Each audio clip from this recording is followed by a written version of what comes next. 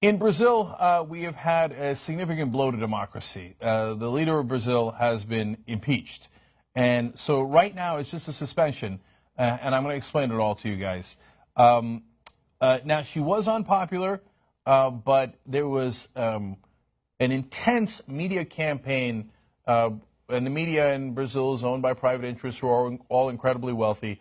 They ran this campaign against her, and unfortunately it has worked. So first, let me take you through just the standard Reuters article explaining what happened and show you why I started to get red flags about what happened in Brazil. And honestly, I had not been following this closely, so I had no preconceived notions about this situation. But as I started reading in on it, the red flags appeared. So let's start right at the beginning.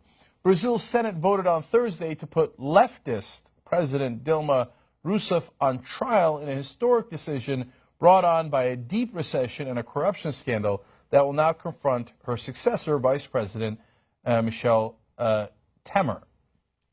Okay, so we've got a leftist president that the wealthy in the country have been going after nonstop. Okay, not a big deal. That happens all the time, and doesn't mean she wasn't corrupt, right? So let's keep reading, but it is a note. Now, with Rousseff to be suspended during the Senate trial for allegedly breaking budget rules, the centrist Temer will take the helm. Well, I got two red flags right there. Wait a minute, I thought this was about corruption. Now all of a sudden it's about breaking budget rules? We'd have to arrest every Republican in the country if that's the case. By the way, almost all the Democrats in America as well. Breaking budget rules? That's a thing that you get put on trial for? Okay. Well, let's keep going. See, maybe they have something else on her, and that's just the tip of the iceberg, right? Actually, I already read the whole thing, and they don't have anything else. Breaking budget rules, that's it. And Temer is not in her party, the vice president that replaced her. He's a centrist. Okay, here we go. Get the leftist out, put in the so-called centrist to do exactly what those private interests want. I've seen this movie before. Okay, but let's keep going. Early Thursday, Temer aide said the incoming government would announce a series of austerity measures. Okay, now you can say it with me. Of course! Leftists. No, austerity. Okay, the Brazilian people will pay back those investors. Okay? The investors have to have their way, and they will get a good rate of return on the backs of the Brazilian people. Here comes austerity measures. Probably had nothing to do with it. Probably those budgetary rules were so important. Okay. Temer plans to appoint Henrique Morales, and sorry for butchering all of these names, a former central bank president and banking executive who's popular with foreign investors. So here comes the people popular with foreign investors. If you haven't seen this movie before, it happens all over the world. You get really wealthy people who donate, sometimes venture capitalists, hedge funds, private equity guys, foreign investors, banks, large banks, right? And they are usually in some ways aligned with the incredibly wealthy people inside Brazil, and some of the people inside Brazil are also owed money by the government. And the people who own the media are usually incredibly wealthy corporations or individuals, and they decide that they would like a good rate of return, and if things are going south a little bit, it's time to move that annoying leftist out who's trying to I care about the poor, the middle class. No. Foreign investors must be paid. Okay, so here comes austerity measures, and what are they going to do as part of that? Quote, overhaul of pension, tax, and labor laws. Here, I'll go ahead and make a prediction ahead of time that the tax revisions they make are not going to be to tax the rich more. No. It's going to be to cut your pension if you live in Brazil. It's going to be to loosen labor laws, so deregulate, so they can pay you less, and they can make sure that there's less safety concerns, so they can make more money, and the taxes will be redistributed towards the top. That's going to be the austerity measures put in by finance ministers friendly to foreign investors. Okay, well, what else is this new administration promising? Well, quote, they're promising pro-market policies, another flag, to bring the deficit under control, rein in inflation, and get the economy growing again. Now, again, I want to clarify here. It's not that the Brazilian economy doesn't have troubles. It does. And I'm not saying that Rousseff was the best leader Brazil could have, or that she did a wonderful job. So that's a level of detail that I honestly have not gotten into, right? And could you have a better leader of Brazil? Could it be from a different party? All those things are, of course, eminently possible. But what I care more about is democracy. Do we have a real democracy in Brazil? Because it's one of the largest nations in the world, or do we not, right?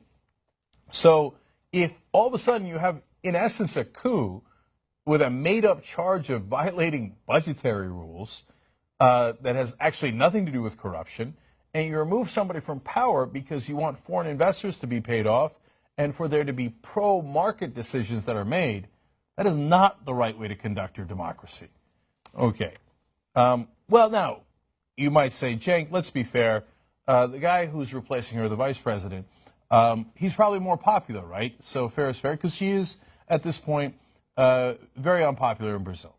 Okay, so let's find out what percentage of people in Brazil would like Temer to be the president instead. Just 1% of those surveyed would vote for him if there were new elections. Wow. I'm not sure I've ever seen someone more unpopular in my life in any country. He'd get 1% of the vote. Democracy? Who needs that? No, we just get rid of the democratically elected person, who was, by the way, recently re-elected, and we just put in the guy who is maybe the most unpopular guy in the country. Okay, well, now we go to The Intercept, and we find out more about this guy. Okay, he's not popular, but since we had so-called corruption, at least he's probably squeaky clean, right? Here's what The Intercept reports. The person to be installed is awash in corruption, accused by informants of involvement in an illegal ethanol purchasing scheme. He was just found guilty of and fined for election spending violations and faces an 8-year ban on running for any office. They put in a guy who literally won't be able to run for dog catcher in Brazil, and he is the most unpopular politician in the country, but because foreign investors, they got to get paid. So you've got some real issues with the economy and with the budget in Brazil. You had a democracy, you elected someone. Well, the foreign investors didn't like the person you elected. So they did a propaganda campaign against her over and over and over until, we invented a non-corruption scandal called budgetary rule violations, and out she goes. The Intercept explains about Temer, the guy coming in, but don't worry, he will faithfully serve the interests of Brazil's richest.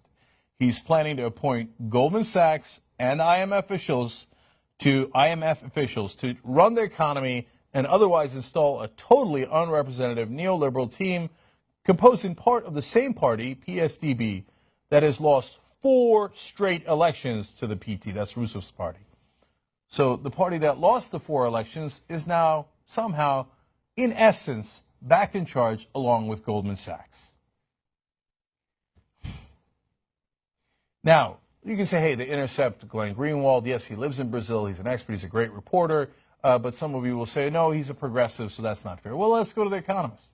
The Economist is nobody's liberal. Okay, that is a magazine that is fairly conservative, certainly conservative on economic issues. And even The Economist said that this procedure was, quote, a pretext for ousting an unpopular president. So even the conservatives are like, come on, let's keep it real. There was no real corruption scandal here. It's just a pretext, right? We don't like her. We got to get her out. And back to that private media that ran the campaign against her. Reporters Without Borders says, quote, and remember, these are the guys who are in charge of making sure that the journalists are on point, right? They protect journalists. They like media. They like journalists. But here's what they say. In a barely veiled manner, the leading national media have urged the public to help bring down President Dilma Rousseff.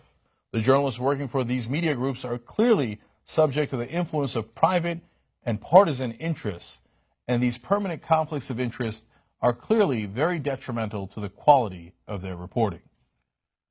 That's a very polite way of saying, yeah, they made up a lot of stuff against her because their corporate bosses told them, we don't like her, we want our guy in charge. Okay. And how about the supposed purpose of this?